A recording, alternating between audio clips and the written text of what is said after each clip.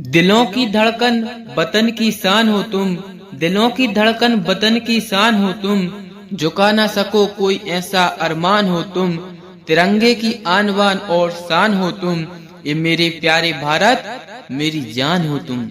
दोस्तों आज हम बताएंगे आपको कि 15 अगस्त पर आप किस तरह से जोशीला आकर्षक भाषण दे सकते हैं। आपके लिए कुछ टिप्स हम जो आज देने वाले हैं, इन्हीं टिप्सों का आपको प्रयोग करना है और आप अच्छा भाषण दे सकेंगे। ठीक है, जैसे पहला टिप्स क्या है कि 15 अगस्त पर शायरी से भाषण की शुरुआत करेंगे। क्या करेंगे, हम कोई भी एक राष्ट्र प्रेमी देशभक्ति शायरी लेंगे, उससे है जो हम उसकी शुरुआत करेंगे, जिससे है जो वहाँ पर उपस्थित सभी व्यक्तियों का मन है जो आपकी ओर आकर्षित हो जाएगा। ठीक है, हम उनका ध्यान केंद्रित करेंगे। ठीक है, जैसे हम एक कोई भी देश प्रेमी राष्ट्रभक्ति शायरी लेते हैं, जैसे दिलों की धड़कन वतन की शान हो तुम, दिलों की धड़कन वतन की शान हो तुम, झुका न सको कोई ऐसा अरमान हो तुम, तिरंगे की आन बान और शान हो तुम, ये मेरे प्यारे भारत मेरी जान हो तुम। ठीक है, इस तरह से आपको एक राष्ट्र प्रेम शायरी बोलनी है। आप इसकी जगह कोई और दूसरी भी ले सकते हैं।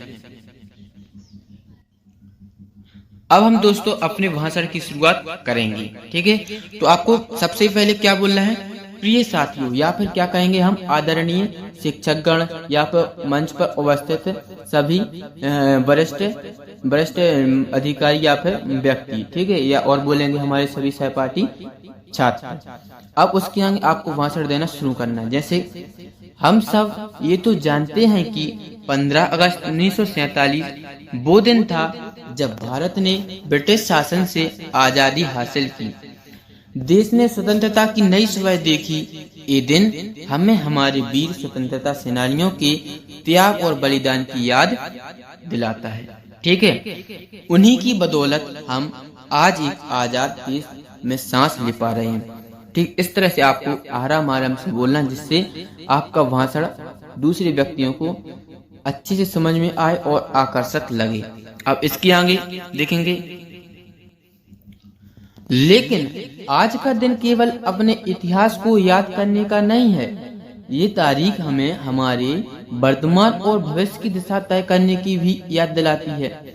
बेशक पिछले 77 वर्षों में भारत ने हर क्षेत्र में उल्लेखनीय प्रगति की है। ठीक है, विज्ञान, तकनीक, शिक्षा, अर्थव्यवस्था आदि अन्य क्षेत्रों में भी हमने विश्व में अपनी एक नई पहचान बनाई है। ठीक है, इस तरह से आपको बोलना है। फिर कहेंगे, लेकिन आज भी हमारे सामने कई चुनौतियां सिर उठाए खड़ी हैं, जैसे गरीबी, बेरोजगारी, सामाजिक असमानताएं।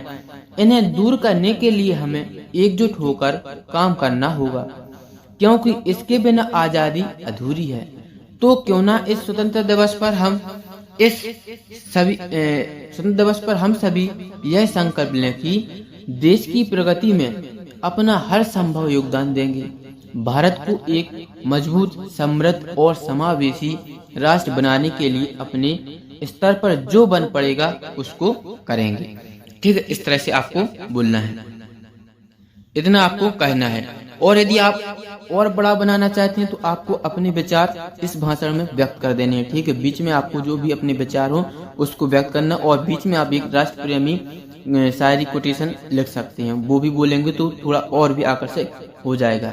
और अब भाषण की अंत कैसे करना है, अंत भी हम एक शायरी के द्वारा ही करेंगे। जैसे अंत में क्या करेंगे, हम अंत में उन सभी वीरों को नमन करता हूँ। ठीक, अंत में हम क्या कहेंगे कि उन सभी वीरों को मैं नमन करता हूँ, या फिर आप लड़कियां करती हूँ, जिन्होंने बेझिझक हमारे लिए अपनी जान की कुर्बानी दे दी।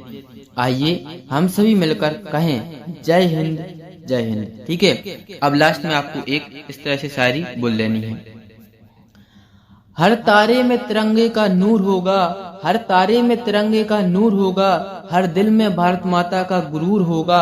ऐसी चिंगारी फिर धड़केगी, ऐसी चिंगारी फिर धड़केगी कि हर तरफ बस देश प्रेम का शोर होगा, हर तरफ बस देश प्रेम का शोर होगा। जय हिंद जय भारत। अब आपको कमेंट में बताना कि यह भाषण आपको कितना पसंद आया।